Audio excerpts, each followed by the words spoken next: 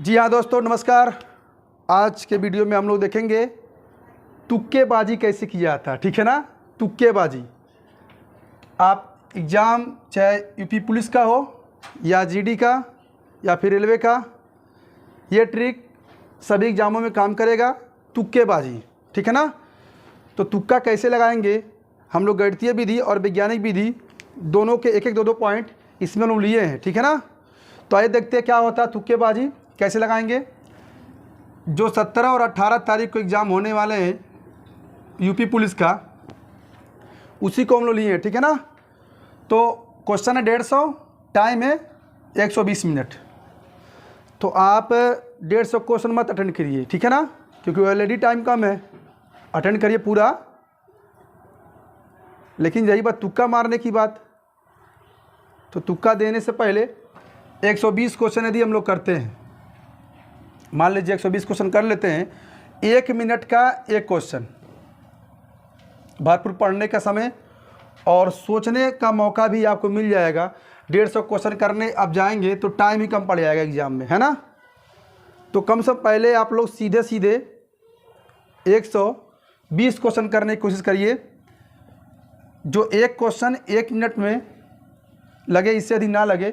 कोशिश ये करें कि इससे कम समय लगे, क्योंकि जब इससे कम समय लगेगा तभी ना हम लोग जो 30 क्वेश्चन बच रहा तुक्का लगाएंगे। तो आप कोशिश ये करें कि इसको 120 मिनट, जो 120 क्वेश्चन 120 मिनट दिया जा रहा है, इसको आप लोग 110 मिनट में ही कर लें। जो लास्ट का 10 मिनट बचेगा, उस 10 मिनट में हम लोग देखेंगे कि तुक्का कैसे लगाएं।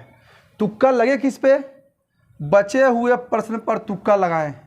मतलब अब बताइए 120 क्वेश्चन हम लोग कर लिए, 120 क्वेश्चन करने के बाद 30 क्वेश्चन बच रहा है, तो जो 30 क्वेश्चन बचेगा उसी पे लगाएंगे।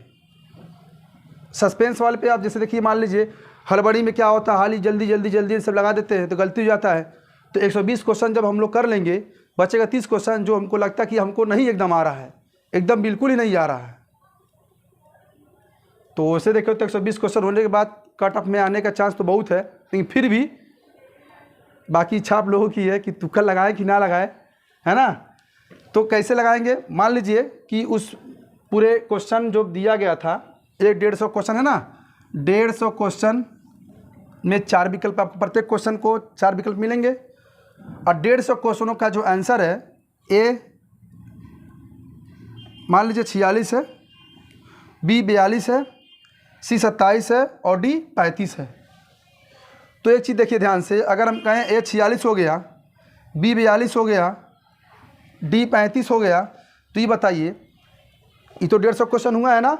लेकिन आप लोग 120 क्वेश्चन करने के बाद, आप जब 120 क्वेश्चन कर लेंगे तो 30 क्वेश्चन बचेगा ना। तो वह 30 क्वेश्चन आप लोग अटेंड करेंगे तुक्केबाजी से। अगर आ जाता तो बढ़िया है, अगर नहीं आया तो तुक्का मारिए।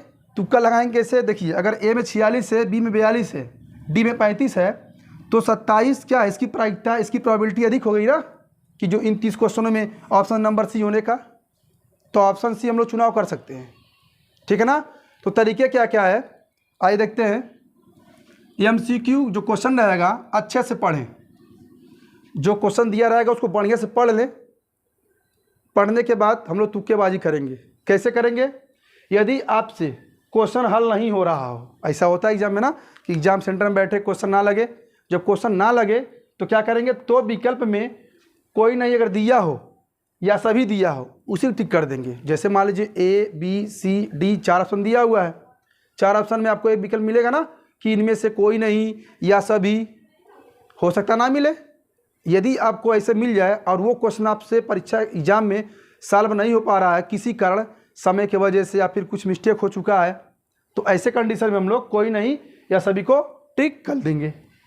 दूसरा क्या बोल रहा है, ज़्यादा बड़े वाले विकल्प का आंसर को प्राथमिकता दे। मतलब अगर मान लीजिए कोई विकल्प है 4, एक क्वेश्चन के 4 विकल्प, उस विकल्प में देखेंगे ये ज़्यादा बड़ा समझ रहे हैं, जो जीके का क्वेश्चन रहेगा, जीके जीएस का, उसमें बड़े बड़े क्वेश्चन मिलेंगे आपको, ये ठीक है ना। ये जो 3rd पॉइंट है, ये जीके और जीएस में लागू होगा, ध्यान दीजिएगा। जैसे मान लीजिए कोई भी बड़ा विकल्प मिल गया, option A, option B, option C और ऑप्शन डी, इन चारों में जो बड़ा आंसर हो, जैसे मान लीजिए वह है तुम, घर, और डी मान लो हम बोल देते हैं तुम्हारा घर कहाँ है, तो वह है छोटा है ना, तुम छोटा है, घर छोटा है, लेकिन डी ऑप्शन क्या बताएं, तुम्हारा घर कहाँ है, ये बड़ा है। तो ये ऑप्शन नंबर क्या चुन लेंगे, इसको हम लोग डी को चुन लेंगे, क्योंकि ज़्यादा बड़े वाले विकल्प का आंसर की प्राथमिकता दें। जो विकल्प में सबसे बड़ा हो उसी को हम लोग प्राथमिकता देंगे, उसी को हम लोग ऑप्शन को टिक कर देंगे, चाहे डी हो, चाहे बी हो, चाहे सी हो, चाहे ए हो। उसके बाद अगर क्वेश्चन कठिन हो, ये ध्यान दीजिए, अगर क्वेश्चन कठिन हो तो विकल्प ए को चुनिएगा। अगर क्वेश्चन कठिन हो तो विकल्प क्या चुनेंगे, हम लोग ए चुनेंगे। ऑप्शन को क्वेश्चन में पुट करके यानी रख करके, मैथ वाले क्वेश्चन अधिकतर सॉल्व होंगे इससे। अगर मान लीजिए आपको क्वेश्चन नहीं हल करने, आप मतलब हल नहीं हो पा रहा है, तो आप लोग क्या करेंगे, ऑप्शन से उस ऑप्शन को उठाकर क्वेश्चन में रख के चेक कर लेंगे। ये भी एक तरीका होता है क्वेश्चन को सॉल्व करने का। ऐसे अगर आंसर मिल जाता है, दोनों इक्वेशन या जो भी आपका समीकरण हो या बहुपद हो या फिर रीजनिंग का सवाल रख के चेक कर लेंगे, बराबर मिल जाता है तो समझ लीजिए वो हमारा आंसर होगा। नेक्स्ट क्या है, जो भाग ज़्यादा आपको आए उसको पहले हल करिए। ये बहुत ही महत्वपूर्ण है। आप 4 सेक्शन में मान लीजिए एग्जाम में मैथ है, रीजनिंग है और हिंदी है, जीके जीएस जो भी हो, जो आप पर सबसे अधिक कमांड जिस पे रखते हो पहले आप लोग उसी को अटेंड करिएगा, ठीक है ना। जिस ऑप्शन में बी एवं सी में डाउट हो ऐसे कंडीशन में किसको चुनेंगे, बी। ये एक वैज्ञानिक विधि के अंतर्गत आता है, जो मैंने लिखा हूँ बी, लिखा ना वैज्ञानिक, तुक्का लगाने की वैज्ञानिक विधि के अंतर्गत ये लिया जाता है, ये वाला ये ऑप्शन, ठीक है ना।